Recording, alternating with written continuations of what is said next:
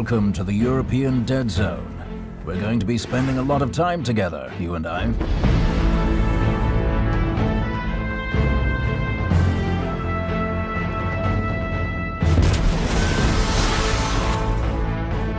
When I asked Hawthorne for help, I never dreamed she'd drop a Guardian at my door.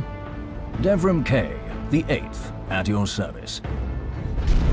I won't lie to you, the EDZ is in rough shape, but I dare say you look ready for a few rounds with the enemy. Let's get down to business, shall we?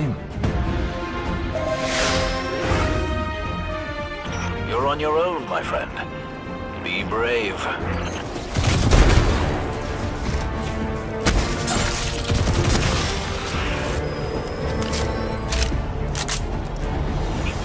Excellent.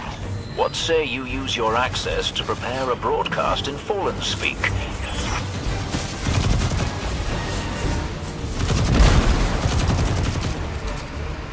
The Cabal hurt us, but the Fallen could ruin the EDZ forever. Put an end to this.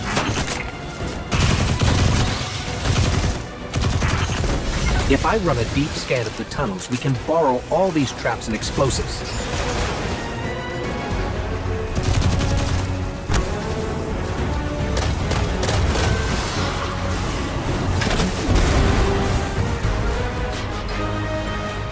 Got it. Now I can transmit these dangerous explosives wherever we need. Good news, you'll be able to use a Fallen teleporter to reach the top. I see that you've brought some friends. Good.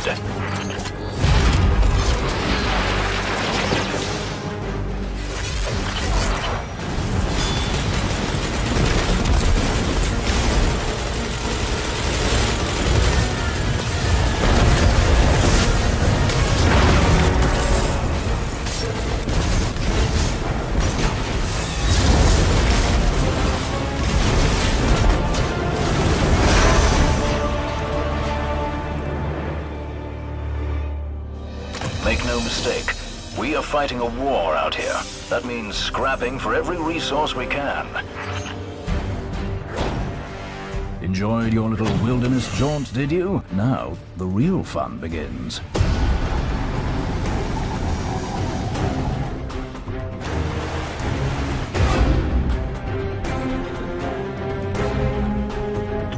There's no telling what's lurking in the dark down there. Be careful.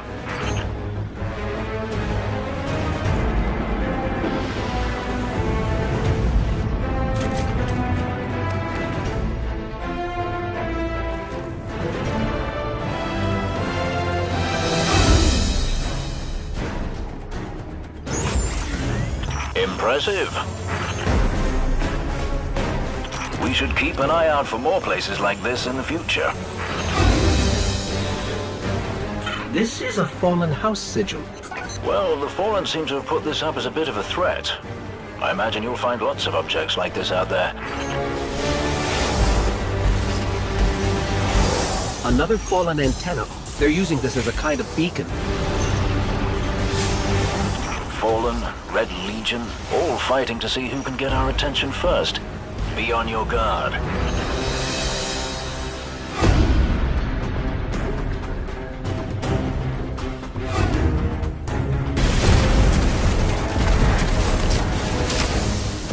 The Fallen are nothing if not persistent. Perhaps you could scatter them like breadcrumbs.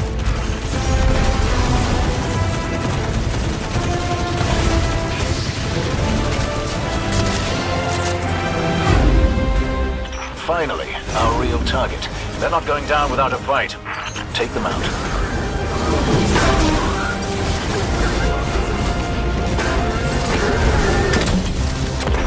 Good work. Now, reach those turrets and give them a good thrashing.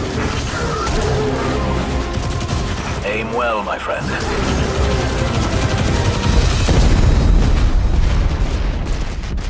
Excellent. It's a brave new world out there, Guardian. Let's meet it together.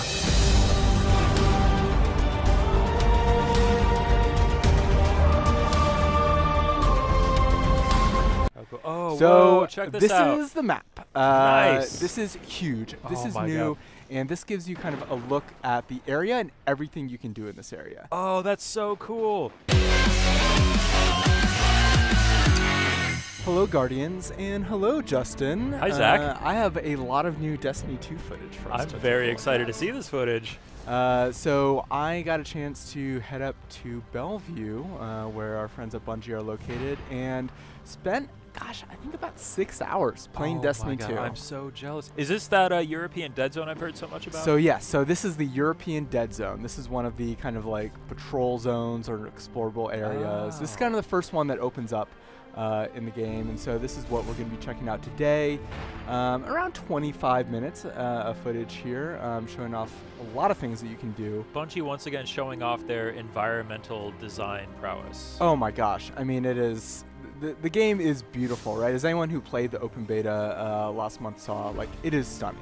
Yeah. So we're going to start off here. We're going to head up to meet Mr. Devram K. Okay. So each of kind of the main zones, from my understanding, have a kind of a lead NPC. And so Devram is kind of the main NPC for the EDZ. Okay. He is a sniper. He's A-okay. He's A-okay. I've heard quite a few new voices over the comms lately. Hawthorne says we have you to thank for that. It's a good thing, too. While you were gallivanting about the system, matters got a bit sticky here in the dead zone.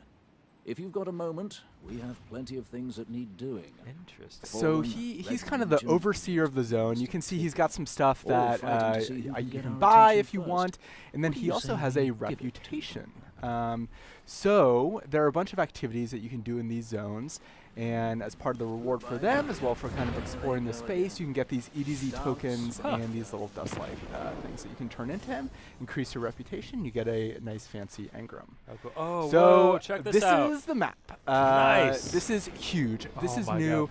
and this gives you kind of a look at the area and everything you can do in this area. Oh, that's so cool. Oh, I wanted something like this so badly in Destiny 1. Yep, well, now they have delivered. And not only have they given you a map, but they've put in a ton of things on there. So we're going to check out most of these today, but kind of the first big thing that is completely new to these zones are what are called adventures. First of all, you can see a public event timer, by the way, Justin. How about that? Yeah, thank goodness. So adventures are, I guess you can think of them as side quests, sort of. The story team at Bungie kind of described them saying that, like, if the campaign is a novel, and kind of the story that you're experiencing in the campaign is kind of this like big, robust, story that takes place over multiple chapters. Yeah.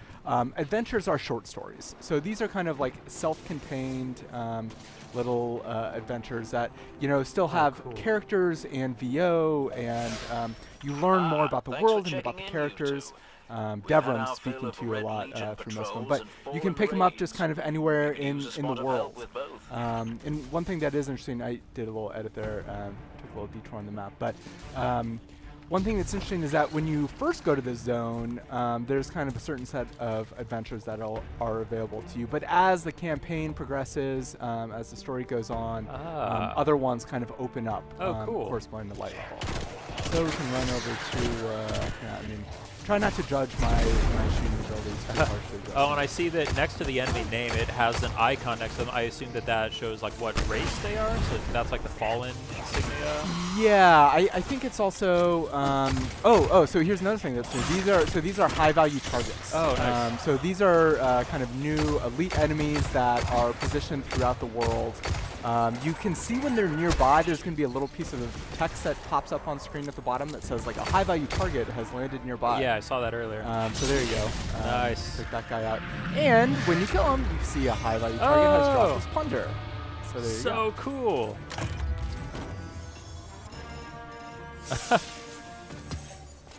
Oh, that is rad.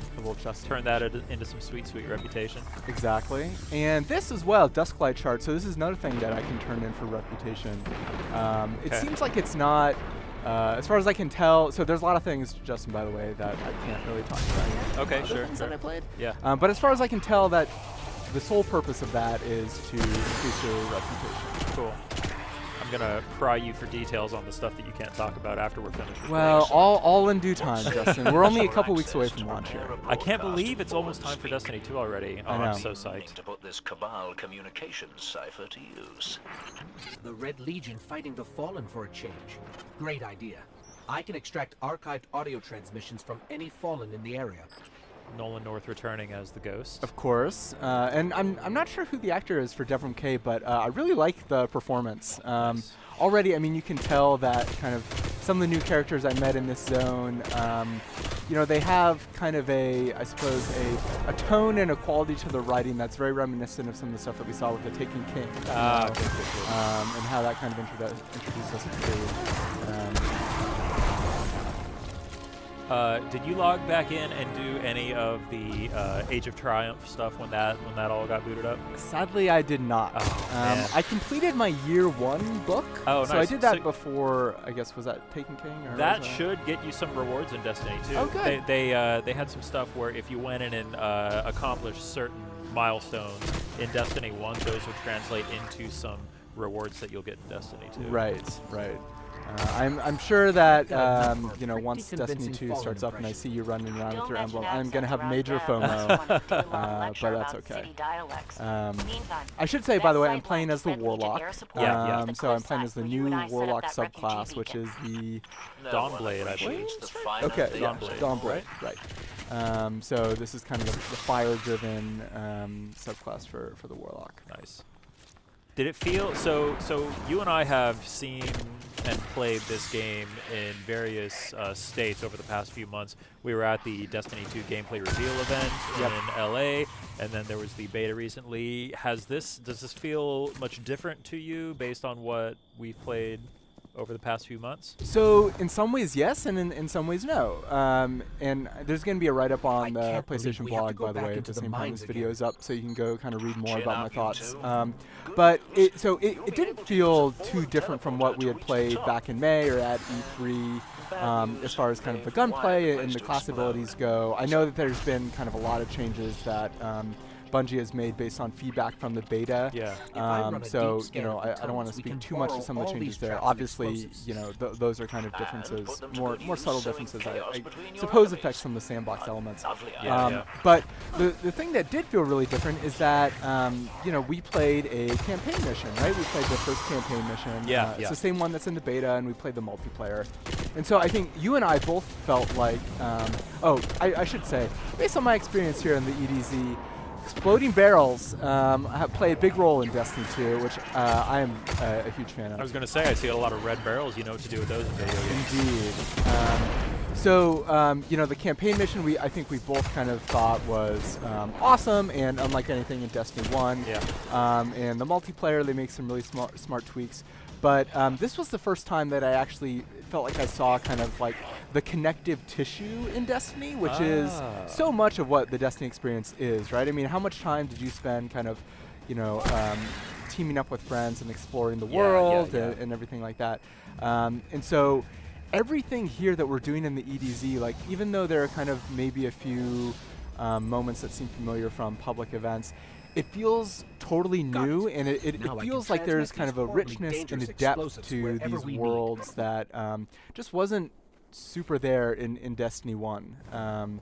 So that, I think, kind of, I guess kind of those connective tissue or those moments in between the campaign missions did feel really different and really striking. And based on the new director, they've said that they're going to minimize the time that you have to spend going to orbit and transporting between places and all that. Does it feel? It seems like they're just trying to make the game a lot more seamless. No doubt, there is.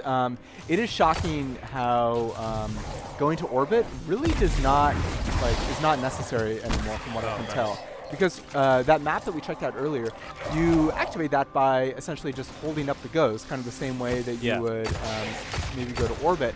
But now, not only does it have kind of the local destination map that shows all of kind of the different objectives you can do there, but it shows all the planets that you can fly to. Nice. So you can go directly to any of the other planets straight from there without going to orbit. And yes, that is a small tweak and one that you're like, hey, you guys could have done that in the first game. But it's amazing that just removing that small amount of friction really makes the game so much more. It's a quality of life adjustment, and it seems like this game has a lot of those quality of life improvements. Totally. When you talk to Mark and Luke on the Destiny team, we heard a lot about how they're trying to reduce the amount of time between what you're doing and kind of the next fun thing you're doing. Right? Trying to just kind of collapse those moments in between those, like all the fun you're having, and it really feels like they've done that. So this was fun. This was set up an ambush to call out some of the Red Legion here. I'm waiting for you to pop that super. I am the worst at Destiny as far as just like holding on to my super for way too long. Oh, nice. But you can see it, it seems small, but some really kind of fun mission design. Yeah, that was really cool. Wasn't really in the first game. Get some good shots with that hand cannon. Thank you. And of course, the hand cannon was equipped with one of my favorite perks, the Outlaw ability you saw pop up on screen. Those headshots turn into very fast reloads. You would think these guys would know that red lasers are bad.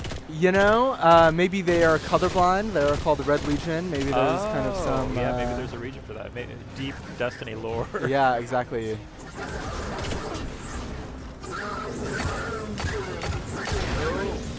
Nice. Yeah, so this is still that same adventure that we... This is all the same adventure. So, nice. It's taken us to a couple of different environments. It has, a few different stages. So they do feel, some of them seem to feel about as, beefy as some of the Destiny 1's kind of original campaign missions. Yeah, I was going to say it feels kind of like a mini strike, just like a really seamless, like strike mission without having to load into anything. Absolutely. And, the great thing you can do there is, you don't need to, it's not like I had to go up to Devram to get him to assign this to me. Yeah. This was something that I just saw on the map. I tracked it, I ran over there and I activated it. And I don't even need to do the tracking thing. Like if I'm just kind of running around, killing folks, and then I see that little beacon set up there that triggers adventures, I just run up to that, activate that, and immediately it guides me to the next adventure. Nice. Yeah, it seems like it really is kind of delivering on the promise of the patrol kind of ideology. Definitely. And, patrols, like they were in Destiny 1, are still there, but they're not even on the map. They're far and away kind of the smallest amount of thing that you can do in these worlds. So let's go check out something else. Maybe we can go check out a public event. So fast travel. Fast travel. Oh! So yes, not only is there kind of the main area that you can land in, but there are multiple fast travel points set up throughout these worlds. And nice. And I don't know, we didn't necessarily get into how exactly big each of these zones are. But they felt much bigger than a lot of the patrol zones in Destiny 1. And maybe it's the fact that you can always bring up your map and see exactly where you are in the geography that helps out. Yeah, being able to fast travel, such a simple addition to the game. Even just having a map and being able to see all that stuff, this is already just getting me even more pumped for this game. Totally. Now, Justin, what were your feelings on public events in Destiny 1? I liked doing them, but I felt like they were so random and so few and far between that you would only ever get like 2 or 3 people in them. So I think that having them pop up on the map and be more visible there will lead to increased activity, make it easier for people to find them and predict them and go with them. Totally. Yeah, that was my feelings as well. Like they were fun for sure, but some of my most frustrating moments in Destiny 1 were kind of running around waiting for an event to happen. Yeah. No longer. Now you know when an event is happening nearby, and you know events that are upcoming based on a handy little timer displayed on the map here. Nice. So this is obviously a Fallen-driven public event. This looks really cool. They even designed this little area that is perfectly suited for this type of activity. Yep. So one of the coolest things about public events, aside from just making them easier to find and easier to access, is that there are now hidden objectives that can lead to a heroic version of a public. What? So this is entirely new in Destiny 2. There are now heroic public events. And so I think I triggered this here, but I don't exactly know how.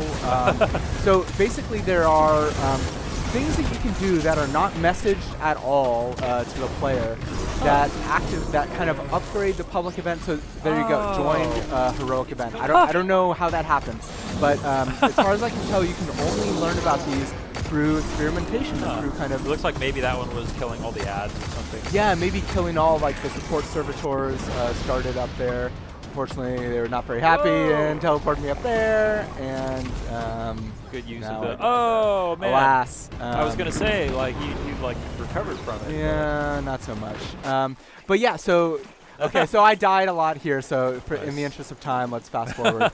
Very wise. But yeah, so heroic public events, you can do certain hidden objectives. It upgrades them, and it adds typically like maybe a new boss or a new elite enemy that you have to take out. It becomes substantially more difficult. But of course, if you can defeat that heroic public event, then you get an even better reward. You know? Nice. At the end of regular public events, chests appear now, but I think there's an extra special chest that appears if you complete the heroic public event. That is so cool. So that is amazing. And some of the other ones that I saw that we don't really show here, they use some gameplay mechanics that are kind of reminiscent of some of the things that you're doing in raids. So I think part of it is maybe to help train you for experimentation in that way. Oh, nice. So let's look at some other things on the map here. There are a couple other two small icons there that are not trackable. These are things that are called regional chests, which are what I'm going for here, and then lost sectors. Okay. So regional chests are represented by those kind of 4 little corners there.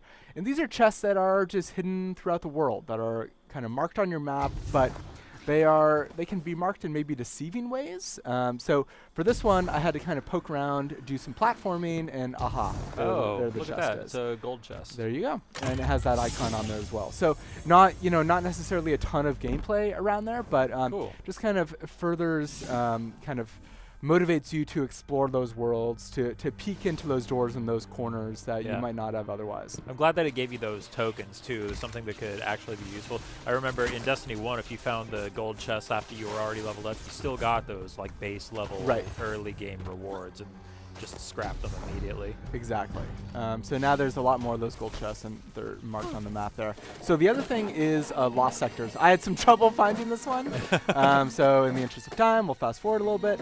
But lost sectors are these kind of hidden areas that are not immediately visible, kind of just running around the world, that hide elite enemies and large chests. So they require a lot of exploration, kind of a shocking amount, actually. Like, I never would have poked around this area. Like, there's this whole drainage area that is under this map that I never would have known unless I'd known to look for a lost sector here. But this is not the chest, by the way. We're still getting there. But each lost sector is kind of guarded by a named enemy. Yeah, that's nice, right? Green shader, though. I mean, come on. A named enemy that is next to a chest. The chest cannot be opened unless you defeat the named enemy and get their cache codes. Okay. So it says here on the map, lost sector discovered. Cool. And it felt like in Destiny 1 there were kind of perhaps some areas that were somewhat built out, but there wasn't really anything there. Yeah. So lost sectors feel like they fulfill that promise in my mind. These are substantial areas that feel really cool to discover, and again, some of them are really hard to find. Like, even though there are indicators on the map, a lot of them are not obvious at all. Like, I had to poke around quite a bit, running around where the map is to find maybe where the entrance is to this area. So I'm still shocked that everything we're doing here is just part of the patrol. Yep, this is all content outside the main campaign. So there's finally found it. I do a little fade out there. Yeah, so there's named enemy. This is kind of the final room here. But yeah, I mean, all this stuff is really fun. I had a great time just kind of running around in this area. I spent several hours and did not run out of things to do. Nice to see the swords are back. Oh yeah. And again, one of the things, sadly, I cannot show you, Justin, I know you want to ask, is kind of the inventory screen to see some of the sweet stats on this stuff. Sadly, I can't show that just yet. Okay. Oh, we don't have too much longer to wait. Exactly.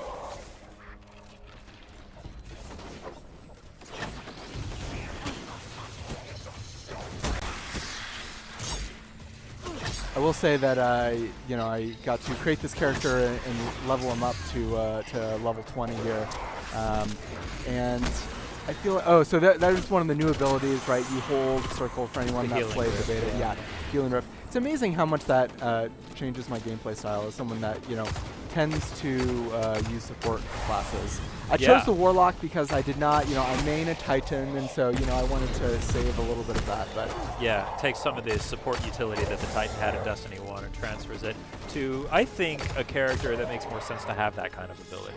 It seems like it, right? Like, I mean, so there you see I defeated an enemy, cash goes acquired. Stole his keys. Stole his keys. Well, I think we're wrapping up here in a little bit, Justin. Any kind of other questions or anything else? I mean, I have a lot of questions. I don't think you're going to be able to answer most of them. But I'm happy to tell you no. I am really excited at the prospect of patrols in Destiny 2. It looks like they're far more fleshed out, lots more to do rather than just kind of running around, killing stuff, doing patrol missions here and there. I'm really excited to just kind of hang out here with my friends and cruise around and do some adventures and check out some lost sectors. Yep. It looks like they've really made this a much more worthwhile experience. Totally. And even stuff that isn't kind of necessarily progression driven or anything. There are a bunch of scannable kind of lore elements hidden throughout the world here, throughout these zones that you just stumble on by exploring. And again, I think that Bungie's kind of done a really good job of adding stuff in there to really get people to actually explore and to poke at the seams and see where the game takes you. So let's level up here. Hey, there we go. Oh, nice. Finally, let's see some rewards here. Wait, do you get to pick? No. Oh, you're just previewing the potential I think this is here. the potential stuff here. Yeah. Gotcha. But yeah, I mean, this is the European Dead Zone. Oh, I'm cool. exploring it for just a little bit. But yeah, Destiny 2 out September 6th on PS4 and PS4 so Pro. soon, I can't wait. I cannot wait. Have you blocked out your PTO time yet, Justin? I need to do that before you get to it. Well, let's. You might be too late, actually. We'll figure it out. It's a shame it happens right after Labor Day, right? 3-day weekend right there. Man. We'll take this conversation offline. Exactly. There you go. So Destiny 2 for Justin Mescal. I am Zach Miner. See you next time.